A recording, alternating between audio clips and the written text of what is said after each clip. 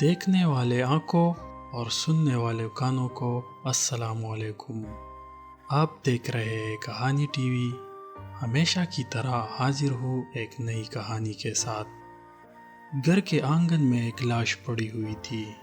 پورے گاؤں میں اس کے موت کا چرچا ہوا، لیکن کوئی تعزیت کے لیے نہیں آیا۔ گھر میں ماتم مچ گیا تھا۔ ماتم میں صرف 5 بندے تھے، جس میں 4 بچے اور 1 عورت تھی۔ جب جنازے کا وقت قریب آ گیا تو قدرت کے کرشمے نے سب کو حیران کر دیا۔ آخر ماجرا کیا تھا؟ آئے دوستو، چلتے ہیں اپنی کہانی کی طرف۔ ایک تلخ رودات سے پردہ اٹھاتے ہیں۔ برسوں پہلے گاؤں میں ایک بدکار شخص رہتا تھا۔ ہر وقت شراب کے نشے میں دھت رہتا۔ گاؤں میں کوئی اس سے بات تک گوارا نہیں کرتا۔ محنت مشقت کے لیے وہ دوسرے گاؤں کا رخ کیا کرتا۔ اس کی کمائی کا زیادہ تر حصہ شراب نوشی میں خرچ ہو جاتا۔ اس کے 4 بچے تھے۔ بیوی سلائی کڑھائی کا کام کر کے شوہر کا ہاتھ بٹاتی تھی اور بچوں کی پرورش میں مدد کر رہی تھی۔ ایک دن وہ شخص بہت بیمار ہو گیا، کیونکہ اس کی رگوں میں خون کی جگہ شراب نے لی تھی، اور طویل علالت کے بعد اس دار فانی سے رخصت کر گئے۔ اس کی لاش گھر کے آنگن میں پڑی ہوئی تھی۔ اس کے 4 بچے اور بیوی اپنے آخری سہارے کو حسرت بری نگاہ سے دیکھ رہے تھے۔ سب سے دکھ کی بات یہ تھی کہ گاؤں میں ہر کسی کو اس کے موت کا پتہ چل گیا تھا، لیکن کوئی تعزیت کے لیے نہیں آیا۔ چونکہ اس کے گھر میں کوئی مرد نہیں تھا، اس لیے ان کے تدفین اور آخری رسومات کی ذمہ داری بھی اس کی بیوی پر تھی۔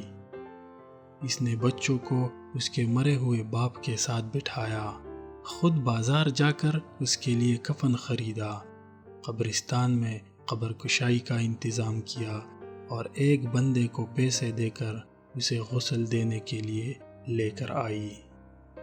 جب اسے غسل دیا گیا، مغرب کا وقت تھا۔ مغرب کے نماز کے بعد اس کا چونکہ جنازہ ہونا تھا، لیکن گاؤں کا کوئی مرد موجود نہیں تھا۔ وہ گھر گھر جا کر سب کی منتیں کرنے لگی، لیکن کسی کا ضمیر نہیں جاگا۔ واپس آ کر مزدوروں کو پیسے دے کر اس کی لاش کو قبرستان لے گئی۔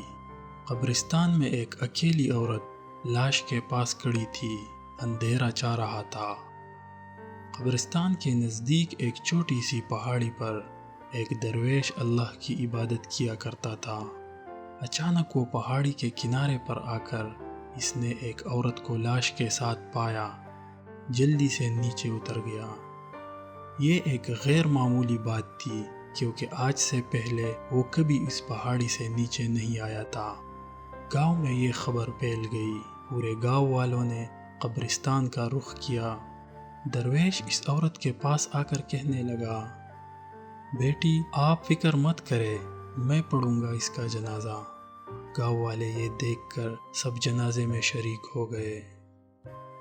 جنازہ پڑھنے اور دعا کرنے کے بعد وہ بزرگ لوگوں سے مخاطب ہو کر کہنے لگا، مغرب کا وقت تھا، میں اللہ کی عبادت میں مصروف تھا کہ میری آنکھ لگ گئی۔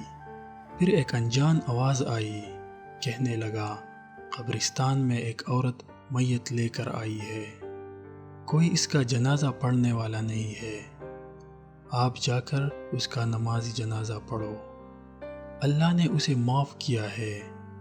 آنکھ کھلنے پر جب میں پہاڑی کے کنارے پر آیا تو میں نے وہی منظر پایا۔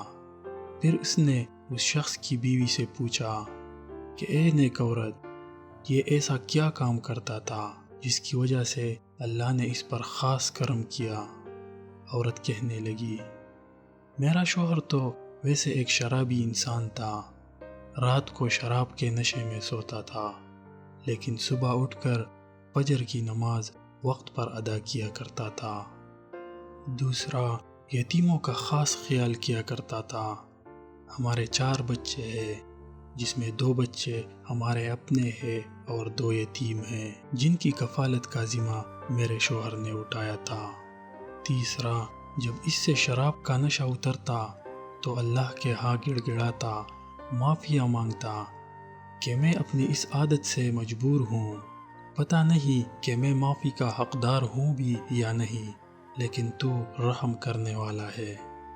بزرگ یہ سن کر کہنے لگا اللہ نے اسے معاف کیا ہے، اور پہاڑی کی طرف چل نکلا۔